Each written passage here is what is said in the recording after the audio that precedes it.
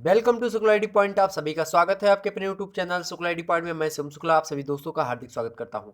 बहुत दिनों से आप लोगों की मांग थी कि सर मनोविज्ञान पर वीडियो बनाइए और मनोविज्ञान के सिलेबस मॉडल पेपर या फिर उनके चैप्टर्स कौन कौन से हैं उन पर वीडियो एक बार बना दीजिए। सर ये बता दीजिए कि सिलेबस में क्या क्या चीज़ें वर्णित हैं, कहाँ कहाँ से प्रश्न पूछे जाएंगे, क्या ऑब्जेक्टिव टाइप का प्रश्न होगा या फिर रिटन होगा। तो ये प्रश्न आपके आए दिनों हमेशा होते रहते हैं। तो मैं आपको बता दूं, अधिकतर यूनिवर्सिटीज़ में फर्स्ट ईयर की परीक्षा में ऑब्जेक्टिव टाइप का हो गया है। किसी किसी यूनिवर्सिटीज़ में first paper objective then second paper आपका रिटन यानी सब्जेक्टिव हो गया है। तो वो आप अपनी यूनिवर्सिटी के जो सीरीज आती है, आपकी जो भी सीरीज आती है उसमें देखेंगे तो आपको विधिवत रूप से जानकारी मिल जाएगी कि हमारे पाठ्यक्रम में या फिर हमारे यूनिवर्सिटी में ऑब्जेक्टिव टाइप का होगा या रिटन होगा। ठीक, तो ये आप पता करिएगा वहां से। ओके, वैसे मैं बता दूं अधिकतर यूनिवर्सिटीज में आपका ऑब्जेक्टिव होगा। जैसे डॉक्टर राम मनोहर लोहिया अवध यूनिवर्सिटी में क्या है, दोनों पेपर ऑब्जेक्टिव होते हैं। कानपुर यूनिवर्सिटी में आपके देखेंगे तो फर्स्ट पेपर ऑब्जेक्टिव होता है, सेकंड पेपर आपका रिटन होता है। इसी प्रकार से आप मिथिला की यूनिवर्सिटी में मिथिला यूनिवर्सिटी में देखेंगे तो वहाँ पर भी जो है आपका जो है सब्जेक्टिव मतलब वो जो है ऑब्जेक्टिव होता है। इस साल से हुआ 18 में बहुत मतलब 2018 से ही प्रारंभ हो गया बहुत यूनिवर्सिटीज़ में। तो अलग अलग यूनिवर्सिटीज़ में अलग अलग होती है। इस पर मैं एक दिन वीडियो बनाऊंगा, आप लोगों को चिंता करने की बात नहीं है। आज के वीडियो में ओवरऑल हम बात करेंगे बीए प्रथम वर्ष के मनोविज्ञान के पेपर 1 के बारे में। तो मनोविज्ञान पेपर 1 बीए फर्स्ट ईयर यानी बीए प्रथम वर्ष के सिलेबस के बारे में आज की वीडियो में हम चर्चा करेंगे। सिलेबस होगा न्यू, जो कि आया है 2021 वाला। तो 2021 के सिलेबस के बारे में हम चर्चा करेंगे। साथ ही साथ इससे पहले मैं बता दूं, जब भी आप फर्स्ट ईयर में होते हैं तो फर्स्ट ईयर में आपको एक सब्जेक्ट के दो जो है पेपर देने होते हैं। तो पहला पेपर और दूसरा पेपर। तो पहले पेपर का क्या नाम है, पहले पेपर का आपका नाम है मेरे प्यारे दोस्तों, पहले पेपर का नाम है बेसिक साइकोलॉजिकल प्रोसेसेस। क्या नाम है? बेसिक साइकोलॉजिकल प्रोसेसेस, मतलब आधारभूत मनोवैज्ञानिक प्रक्रियाएं। क्या नाम है? आधारभूत मनोवैज्ञानिक प्रक्रियाएं। यहाँ पे नीचे लिखा है बेसिक साइकोलॉजिकल प्रोसेसेस। ओके, इसको आपको ध्यान में रखना है। दूसरे पेपर का क्या नाम है, प्रश्न यहीं पर यह उठता है। तो दूसरे पेपर का भी नाम बता दूं आपको। दूसरे पेपर का आपका नाम है, क्या नाम है? विकासात्मक मनोविज्ञान। क्या कहा हमने? विकासात्मक मनोविज्ञान। विकासात्मक मनोविज्ञान को अंग्रेजी में हम किस नाम से कहेंगे? तो डेवलपमेंटल साइकोलॉजी। क्या कहेंगे? डेवलपमेंटल साइकोलॉजी अर्थात विकासात्मक मनोविज्ञान। ओके, ये बात ध्यान रखेंगे। जो अगली वीडियोज आएगी उसमें हम बात कर लेंगे उसके सिलेबस के बारे में कि सेकंड पेपर के यानी डेवलपमेंटल साइकोलॉजी या फिर विकासात्मक मनोविज्ञान में कौन कौन से चैप्टर पढ़ने होते हैं। अब चलिए हम शुरू करते हैं कि आज के वीडियो में हमको कौन कौन से चैप्टर पढ़ने होते हैं। यूनिट वाइज और साथ ही साथ चैप्टर वाइज दोनों देखेंगे।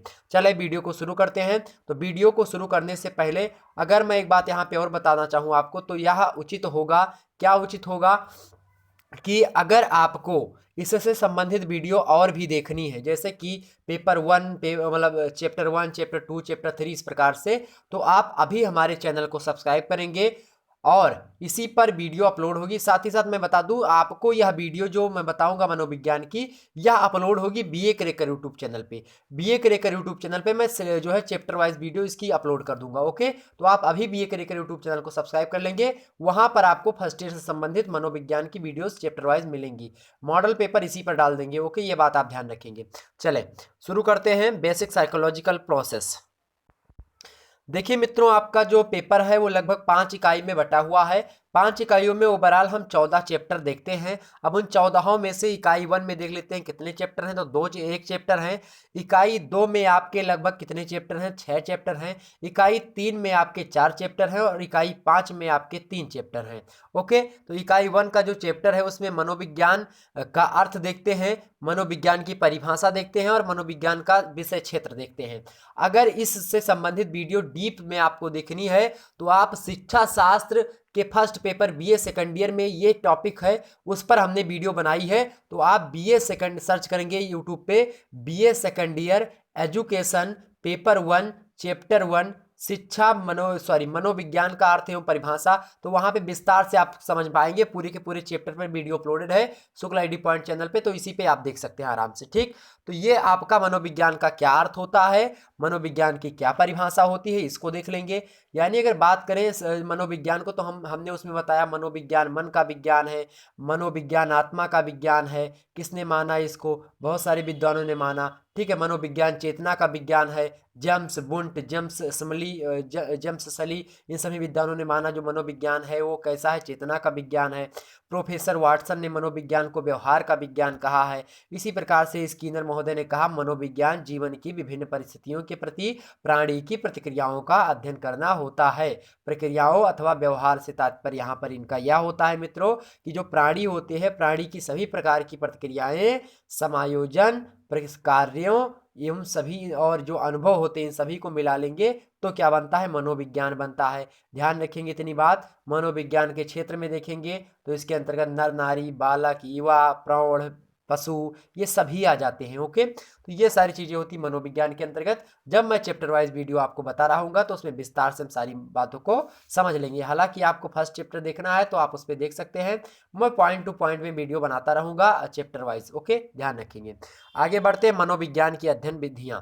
अब दूसरा इकाई आ जाती है और दूसरा चैप्टर मनोविज्ञान की अध्ययन विधियां। किसी भी सब्जेक्ट को जब आप पढ़ना प्रारंभ करते हैं तो सबसे पहले उस सब्जेक्ट के बारे में जानकारी लेते हैं, अर्थात वह सब्जेक्ट जो है उसका नाम जो है, उस नाम का की उत्पत्ति कैसे हुई, उस नाम का क्या अर्थ होता है, उस नाम की क्या मीनिंग होती है, क्या डेफिनेशंस होती है, उसको जानते हैं। देन उसके बाद में हम क्या जानते हैं, जैसे यहाँ पे देखिए मनोविज्ञान की अध्ययन पद्धतियाँ। अब मनोविज्ञान को पढ़ने के लिए या फिर उसका अध्ययन करने के लिए विभिन्न पद्धतियों का यानी विभिन्न प्रणालियों का प्रयोग किया जाता है। उन्हीं प्रणालियों को हमको अध्ययन करना होता है, जैसे कि निगमन प्रणाली, आगमन प्रणाली और उसके बाद में परिमाणात्मक प्रणाली, ठीक है, मात्रात्मक प्रणाली, इस प्रकार से प्रणालियां होती हैं। इन्हीं सब प्रणालियों को हमको पढ़ना होता है। जैसे आप सोशियोलॉजी में पढ़ते हैं इसी प्रकार से आप एजुकेशन में पढ़ते हैं। हर एक विषय वस्तु को पढ़ने के लिए कुछ अध्ययन पद्धतियां होती हैं, उन्हीं अध्ययन पद्धतियों को हमको विस्तार से समझना होता है। ओके, चैप्टर 3 के अंतर्गत हम क्या समझेंगे, चैप्टर 3 के अंतर्गत तंत्रिका तंत्र के घटक, अनुक्रिया प्रक्रम। यानी जो अनुक्रिया प्रक्रम होते हैं, यानी जो तंत्रिका तंत्र होता है आपका, तो उसके नर्वस सिस्टम जो है आपके शरीर का, उसके बारे में हमको अध्ययन करना होता है। किस प्रकार से आपका माइंड कार्य करता है, आपके अंदर की भावनाएं क्या क्या होती हैं, इसको हमको देखना होता है। देन तंत्रिका तंत्र, मस्तिष्क की संरचना, परिधीय तंत्रिका तंत्र एवं केंद्रीय तंत्रिका तंत्र, अंतःस्रावी एवं तंत्र एवं व्यवहार का जनन विज्ञान। यानी कुल मिलाकर के जितने भी मनोवैज्ञानिक पहलू होते हैं शरीर के अंदर, उन सभी मनोवैज्ञानिक पहलुओं पर अध्ययन करेंगे। जब हम टॉपिक वाइज वीडियो जो है अपलोड करेंगे तो उसमें विस्तार समझेंगे क्या क्या मुद्दे होते हैं जो कि मानव की मस्तिष्क को प्रभावित करते हैं। केंद्रिका तंत्रिका तंत्र में होते हैं, मतलब केंद्रीय तंत्रिका तंत्र में। अंतःस्रावी, बाह्यस्रावी क्या होते हैं ग्रंथियां, इन सभी ग्रंथियों से क्या प्रभाव पड़ता है मनोविज्ञान में, इन सभी मुद्दों को हम चर्चा करेंगे। जनन विज्ञान संबंधी प्रभाव क्या पड़ते हैं ये भी देखेंगे। तो ये सारे मनोवैज्ञानिक प्रभाव होंगे जो कि आपके शरीर से मिलेंगे आपके माइंड को, तो वो सारे मुद्दे हम चर्चा करेंगे। आगे देखते हैं, पांचवा संवेदन प्रक्रिया, इमोशनल प्रक्रिया, यानी इमोशनल जो आपका जो वर्क होता है वो देखेंगे, यानी जो भावात्मक जो चीजें होती हैं उसको हम देखेंगे। अगला देखते हैं हम प्रत्यक्षीकरण, उसके बाद में प्रत्यक्षीकरण, संगठन और विकास। प्रत्यक्षीकरण यानी कैसे आप अपने आप को प्रत्यक्ष करते हैं, उसके बाद में उसका जो है प्रत्यक्षीकरण संगठन क्या क्या कौन कौन से हैं, साथ ही साथ उसका विकास कैसे होता है, इन सभी मुद्दों पर हम चर्चा करते रहेंगे। ओके, बिल्कुल चिंता करने के बाद में अगला है आकृति, पृष्ठभूमि, प्रत्यक्षीकरण की पृष्ठभूमि क्या हो, प्रत्यक्षीकरण के निर्धारक तत्व कौन कौन से होते हैं, इन सभी मुद्दों पर भी हम चर्चा करते हुए आगे बढ़ते रहेंगे। इकाई 3 इसके बाद में आएगा। इकाई 3 में हम देखेंगे अधिगम यानी सीखने की प्रक्रिया क्या होती है। अब शिक्षा शास्त्र में जब फर्स्ट पेपर आप पढ़ेंगे शिक्षा शास्त्र में अधिगम, तो उसमें भी अधिगम एक चैप्टर है, ठीक है। Second paper, second year, BA second year शिक्षा शास्त्र में जब आप पढ़ेंगे तो वहां पर ये चीजें मिलेंगी। तो अगर आप शिक्षा शास्त्र पढ़ते हैं तो जरूर मनोविज्ञान पढ़िए, ताकि दोनों का कॉम्बिनेशन है। दर्शन शास्त्र लिए हैं तो भी वही होगा, ठीक। दर्शन, शिक्षा और मनो, ये तीनों एक दूसरे के क्या है, कॉम्प्लीमेंट्री हैं, संपूरक तत्व होते हैं, संपूरक सब्जेक्ट है। ओके, तो सीखना जिसको अधिगम कहते हैं, अंग्रेजी में लर्निंग कहते हैं, इसके बारे में देखेंगे 8वें चैप्टर में। 9वें चैप्टर में अधिगम का स्थानांतरण कैसे होता है इसको देखेंगे। 10वें चैप्टर में स्मृति और विस्मृति देखेंगे, यानी क्या याद रहता है, क्या नहीं याद रहता, क्या याद रखने योग्य है, क्या भूलूं क्या याद करूं, हरिवंश राय बच्चन की जो आत्मकथा है उसी हिसाब से हम इसको चर्चा करते रहेंगे, स्मृति और विस्मृति। ही अगला देखते हैं 11वां, अभिप्रेरणा एवं संवेग क्या होता है। तो अभिप्रेरणा मतलब समझते हैं। आजकल आप लोग बहुत ज़्यादा अभिप्रेरणा लेते हैं। अब अभिप्रेरणा मैं कह रहा हूँ, आप लोगों को समझ में नहीं आ रहा है ना, बिल्कुल नहीं समझ में आ रहा है। चलिए कोई बात नहीं, मैं बता रहा हूँ अभिप्रेरणा मतलब क्या होता है। तो अभिप्रेरणा मतलब होता है, क्या देते हैं भैया विवेक बिंद्रा जी, क्या देते हैं, मोटिवेशन क्या देते हैं, मोटिवेशन देते हैं। उसी मोटिवेशन को हिंदी में हम क्या कहते हैं, अभिप्रेरणा कहते हैं। संवेग भी जानते हैं हम, संवेगात्मक विकास बच्चे का होता है। ठीक, संवेगात्मक विकास जो होता है इमोशनल डेवलपमेंट। तो इमोशनली बच्चे का क्या है, मतलब इमोशन क्या है उसका, उसको देखेंगे, अभिप्रेरणा देखेंगे, यानी आप उसका क्या देखेंगे, हम इमोशनल डेवलपमेंट देखेंगे। अर्थात हम उसको उसकी जो है क्या देखेंगे, उसको उसका मोटिवेशन देखेंगे, उसके अंदर क्या मोटिवेट है, क्या मोटिवेशन है, कैसे उसको मोटिवेशन किया जाए। इन सभी मुद्दों को देखते हुए हम इकाई 5 पर पहुंचेंगे और इकाई 4 पर पहुंचेंगे। इकाई मतलब 4 इकाई में ही आपका चैप्टर बटा हुआ है, पूरा का पूरा इकाई मतलब 4 इकाइयों में बटा हुआ है। ओके, ध्यान रखेंगे। इकाई 4 पर पहुंचते हैं। पहला चैप्टर 12वां चैप्टर, मतलब इसका इकाई 4 का पहला चैप्टर और पूरे सिलेबस का 12वां चैप्टर, चिंतन क्या होता है। उसके बाद में अगला बुद्धि और दूसरा चौथा है व्यक्तित्व, यानी चिंतन, बुद्धि और व्यक्तित्व, इन चैप्टर को देखेंगे हम।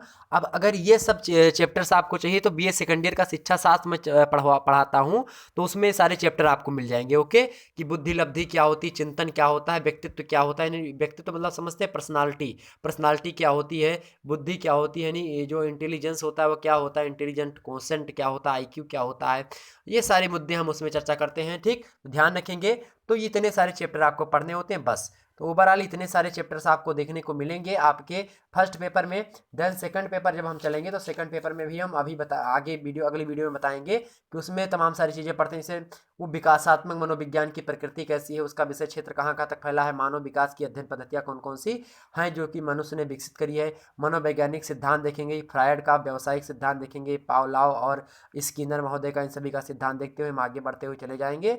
इसी प्रकार से उसमें भी 4 इकाई होंगी, तो 4 इकाइयों में आपका प्रश्न पत्र बटा हुआ है। तो इन दोनों पेपर के जो चैप्टर्स होंगे वो बी करिकुलर यूट्यूब चैनल पे आपको प्रोवाइड करवाए जाएंगे। इस चैनल को सब्सक्राइब कर लीजिए, क्योंकि इस पर सेकंड ईयर और थर्ड ईयर संबंधित एमए वगैरह तक की वीडियोस आपको प्रोवाइड करवानी जाएगी आने वाले समय में। तो अभी से आप इस चैनल को सब्सक्राइब करें, क्योंकि यहाँ पर मॉडल पेपर वगैरह मैं वीडियो या इसी चैनल पर अपलोड करूँगा। ओके, चलिए फिर मिलते हैं अगले वीडियो में, तब तक के लिए जय हिंद जय भारत।